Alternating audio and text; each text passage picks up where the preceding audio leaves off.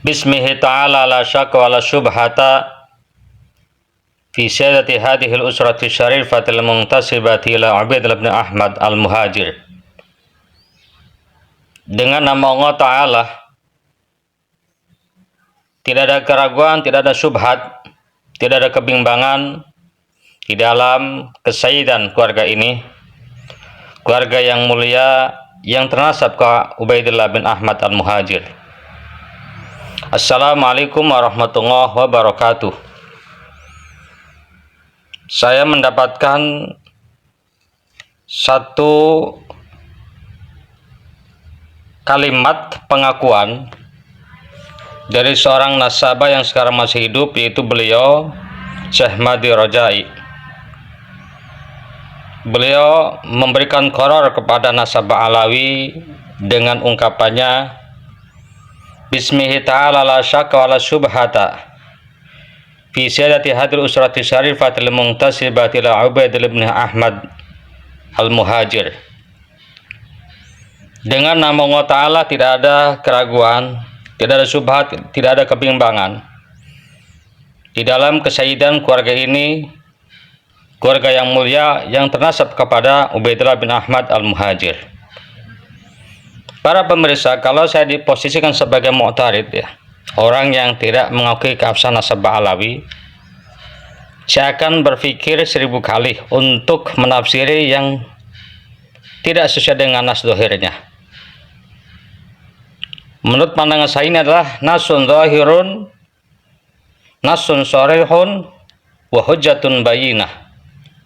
Nas yang jelas, hujah yang jelas, yang itu merupakan pengakuan dari seorang nasabah akan keabsahan nasabah Alawi yang dalam hal ini ternasab kepada Imam Ubaidillah bin Ahmad al-Muhajir. Tetapi berbeda tentunya dengan Pak Imaduddin yang selalu punya penafsiran berbeda, yang selalu menampakkan orang yang paling tahu, peneliti yang paling teliti, yang selalu berbeda dengan ulama-ulama yang ahli di bidangnya. Makanya ketika saya menemukan ini nas ini dalam konteksnya Gus Zaini, saya berpikir mesti akan ada jawaban dari Pak Imad atau para pemujanya. Cuma apa itu narasi yang akan disampaikan, argumentasi yang akan disodorkan kepada kita para pencinta Balawi, pencinta kebenaran. Nah, beberapa saat kemudian saya menemukan channel yang itu mengunggah video Pak Imaduddin dengan Ustadz Jazuli, yaitu yang mensyarahi, yang mempreteli ungkapan yang disampaikan oleh Syekh Madi Rojai, bahwa Pak Imad mengatakan kata syiadah dalam ungkapan tadi itu tidak berkonsekuensi akan kesayyidan Ba'alawi ternasab ke Rasulullah SAW, dengan alasan ya harus ada data, biasa begitu data menurut Pak Imad tentunya.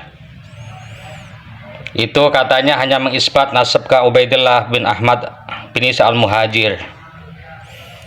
Lalu di situ pula yang tertuliskan Ahmad bin Isa Ahmad al-Muhajir, bukan Ahmad al-Abah, bukan An-Nafat ataupun An-Nakib. Ini pandangan Pak Imad argumentasi begitu Jadi kata Pak Imad ini merupakan prank dari Syekh Madi Rojai untuk Gus Romel dan Ba'alawi. Baiklah para pemirsa, pertama yang saya sampaikan, dengan tertulis jelas di situ Ubaidillah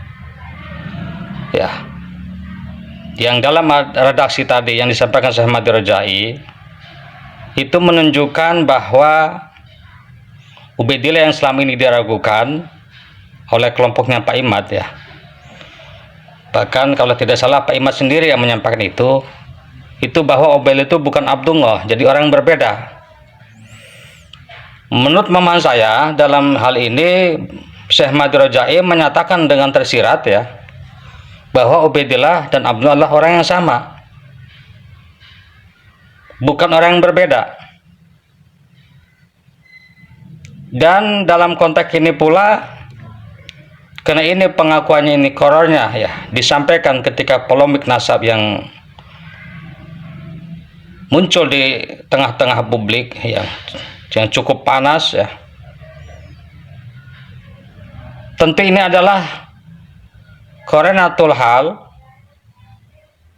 dan ketika ini juga pengakuan ini ditulis ya di bagian kertas yang itu di situ ada nasabah alawi, itu merupakan korenatus siyak. Ini menunjukkan sebuah kepastian dari seorang nasabah bahwa yang dimaksud siyadah, ini maksud syarifah adalah Said dan Syarif yang biasa kita dengar adalah istilah untuk orang ternisbat, ternasab kepada Rasulullah Shallallahu Alaihi Wasallam. Ya, Imaduddin ya boleh banyak argumentasi ya begitu. Sampai Pak Imad mempermasalahkan itu kan bukan Al-Abah atau An-Nafat, tapi Al-Muhajir, itu beda orang dong. Pertama yang saya sampaikan, sebenarnya garam muhajir itu bukan satu yang ganjil, sesuatu yang dianggap aneh, Pak. Biasa begitu ya.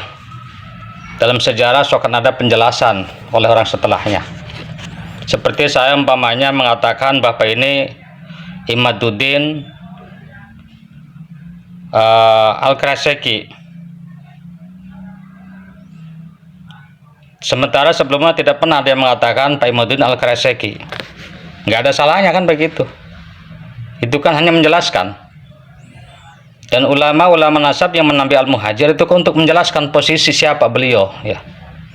Ya, walaupun lama ini Bapak punya pandangan. Nah, para pemirsa, para hadirin, di antara argumentasi yang disampaikan Pak Imad ya dalam videonya itu, Pak Imad mengatakan, saya meyakini Syekh Mahdi Rajai mungkin beliau banyak membaca, meneliti, mentelah setelah saya kritik. Menurut saya ini narasi dan ungkapan yang angkuh, Pak. Selama ini berarti Syekh Mahdi itu kurang meneliti, kurang membaca, kurang mentelaah. Tanpa disadari Bapak itu menatkan seorang nasabah ya, orang yang ahli di bidangnya, sementara Bapak bukan siapa-siapa, Pak. Ya, Bapak merasa peneliti yang paling teliti. Ya, begitulah ya. Kalau saya nggak merasa aneh, ya saya paham dengan Bapak sekarang itu. Lalu Pak Imaduddin juga para pemirsa tidak mengakui akan hijrahnya Ahmad bin Isa ke Hadramaut Yaman, sehingga tidak mengakui kalau itu Al-Muhajir adalah orang yang sama dengan Ahmad bin Isa Al-Abah atau An-Nafat. Jadi Ahmad bin Isa Al-Abah, An-Nafat, An-Nakib tidak sama dengan Sayyidina Ahmad bin Isa Al-Muhajir. Itu kata Pak Imad ya. Dengan beberapa alasan yang disampaikan ya.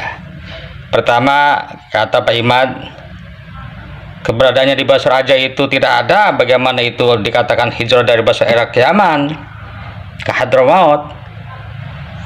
Pertanyaan saya, Pak, lalu siapa yang di Hadramaut itu yang ada kuburannya tertulis Ahmad bin Isa Al-Muhajir?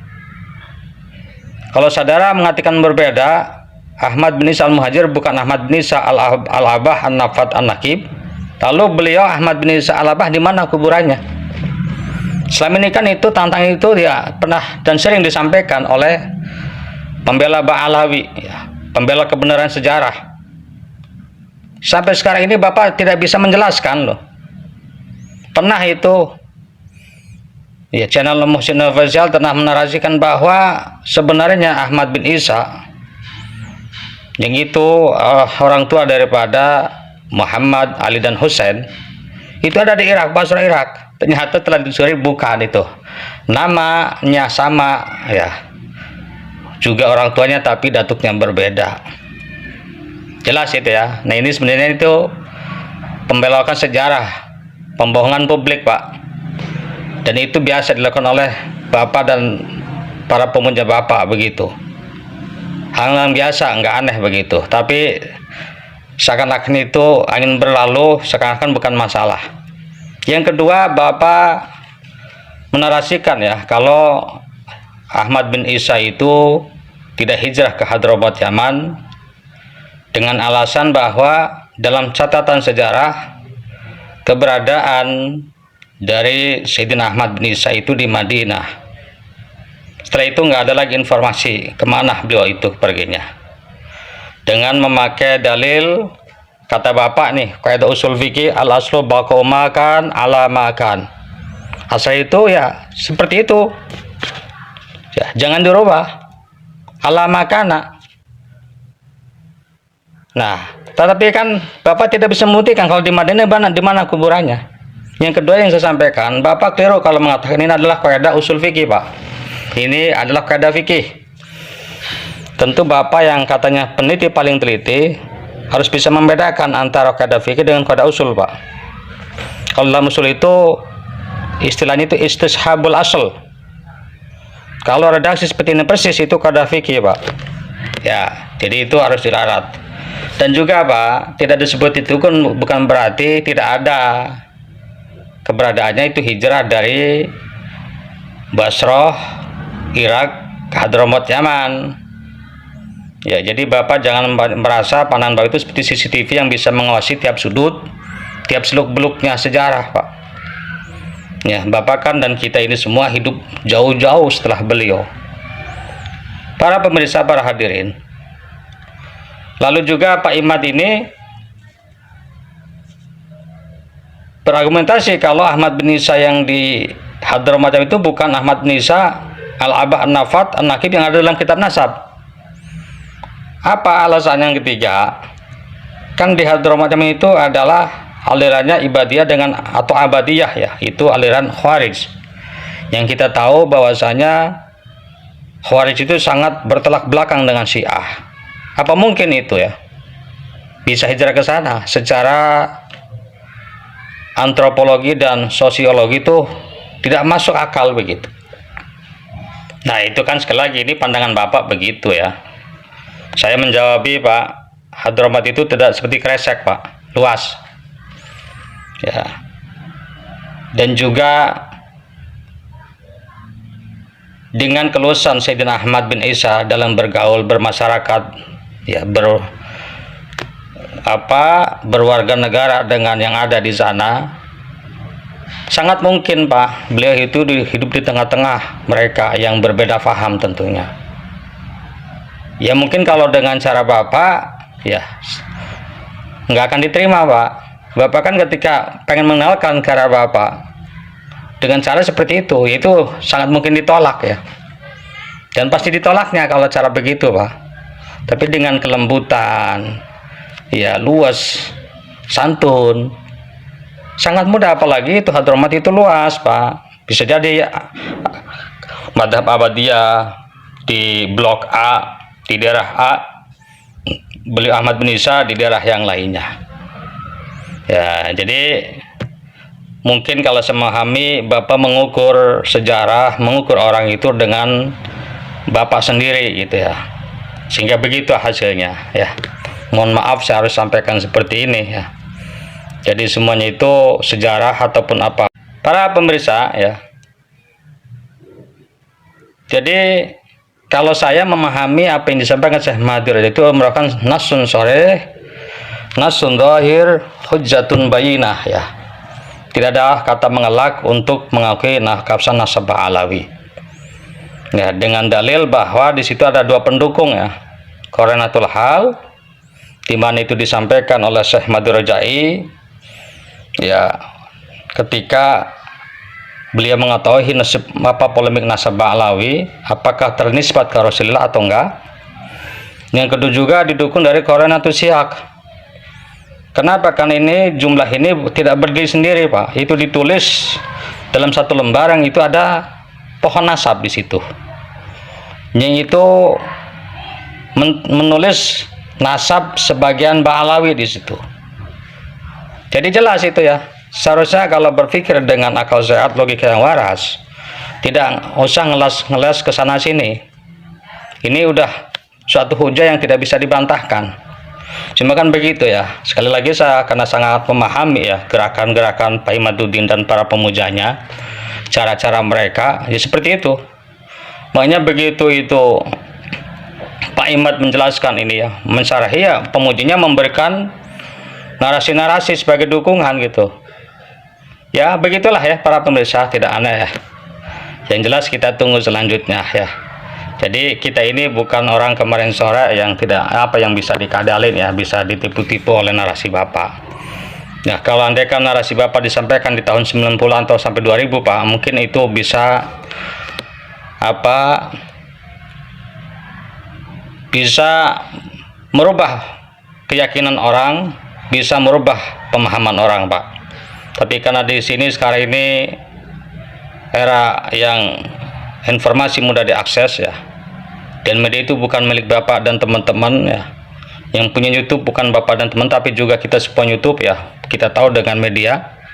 Maka cara ini adalah cara-cara yang saya anggap itu cara-cara yang sia-sia ya.